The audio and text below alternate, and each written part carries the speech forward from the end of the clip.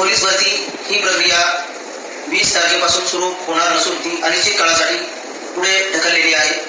त्यामुळे पोलीस भरतीसाठी इच्छुक असणाऱ्या सर्व होमगार्डनी सुद्धा या इलेक्शन ड्युटीसाठी तत्काळ हजर व्हायचे आहे।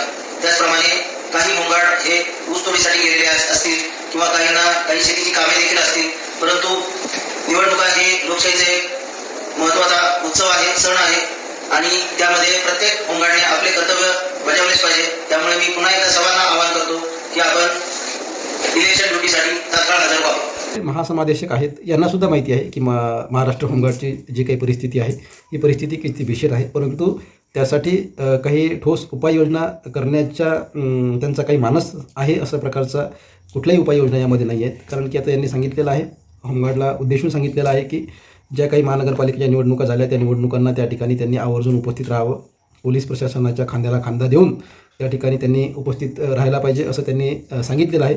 त्याचबरोबर ज्या काही समस्या आहेत होमगार्डच्या हे सुद्धा त्यांनी सांगितलेल्या आहेत की काही होमगार्ड हे शेतीच्या कामामध्ये असतील, काही होमगार्ड हे वेगळ्या कामामध्ये असतील, त्याचबरोबर काही होमगार्ड हे ऊसतोड कामासाठी गेले असतील। म्हणजे होमगार्ड नेमके खाली वेळेमध्ये काय करतात हे तुम्हाला चांगलंच माहिती आहे।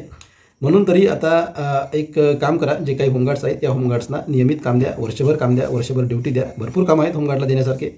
प्रत्येक ठिकाणी सिक्युरिटीची आवश्यकता आहे, प्रत्येक ठिकाणी सुरक्षेची आवश्यकता आहे।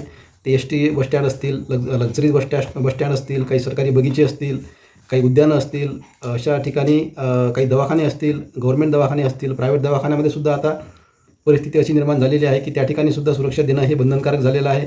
शाळांना तर सुरक्षा देणं हे तुमचं किती वर्षाचं सुरू आहे की शाळांना सुरक्षा देण्यात येईल आणि शाळेतल्या ज्या काही विद्यार्थिनी आहेत त्या विद्यार्थिनींना सुद्धा त्या ठिकाणी सुरक्षित वाटेल असं वातावरण तयार करण्यात येईल असं तुम्ही आश्वासन वर्षानुवर्ष देत आहात, त्या विद्यार्थ्यांना सुद्धा देत आहात, शाळा प्रशासनाला सुद्धा देत आहात आणि त्याचप्रकारे होमगार्डला सुद्धा देत आहात।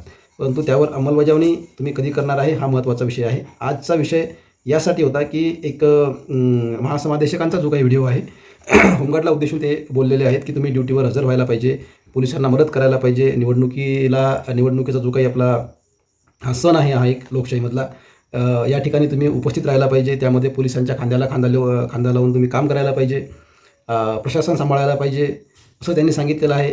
परंतु त्याचबरोबर त्यांच्या बोलण्यामध्ये ज्या काही गोष्टी आहेत त्या गोष्टीसुद्धा महत्त्वाच्या आहेत। त्यांनासुद्धा जाणीव आहे होमगार्डची परिस्थिती या ठिकाणी काय आहे। त्यांनी सांगितलेलं आहे की काही होमगार्ड ड्युटीवर असतील, काही होमगार्ड शेतीच्या कामामध्ये व्यस्त असतील, काही होमगार्ड वेगळ्या कामामध्ये व्यस्त असतील, काही होमगार्ड ऊसतोड कामगारासाठी गेलेले असतील। याची जाणीव तुम्हाला नक्कीच आहे, हे त्या व्हिडिओमधून आम्हाला समजलेलं आहे। तेव्हा जे काही होमगार्डचे प्रश्न आहेत, नियमित ड्युटीचे, वर्षभर ड्युटीचे, नियमित वेतनाचे, या प्रश्नावर जरा लक्ष केंद्रित करा आणि जे काही महाराष्ट्रातले सर्व होमगार्ड्स आहेत या होमगार्ड्सला एक प्रकारचा दिलासा देण्याचं काम त्या ठिकाणी तुम्ही करायला पाहिजे अशी अपेक्षा आम्ही या ठिकाणी वर्तवतो आणि तुम्ही यावर लवकरात लवकर निर्णय घ्याल अशी अपेक्षा या ठिकाणी बाळगतो। धन्यवाद, थँक्यू।